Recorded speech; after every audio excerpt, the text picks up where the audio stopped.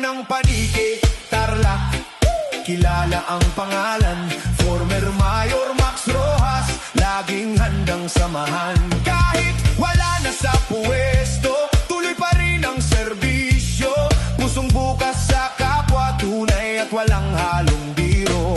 Namimigay ng bigas sa mga nangangailangan, wheelchair at cash assistance para sa mamamayan. May bola para sa mga batang nangangarap, sa bawat tulong niya, pag-asa ang lumalaganap.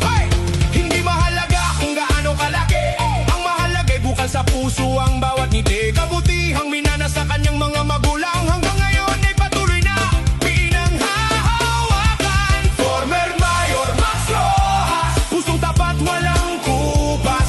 Sa bayan ng Paniki, Tarlac, siya'y inspirasyon. Pagmamahal sa tao ang kanyang misyon. Kasama si Former Vice Mayor Aida Bien Rojas, kaagapay sa pagtulong sa bawat pamilya.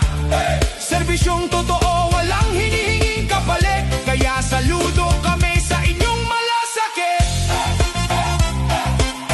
Hurt yung malasakit.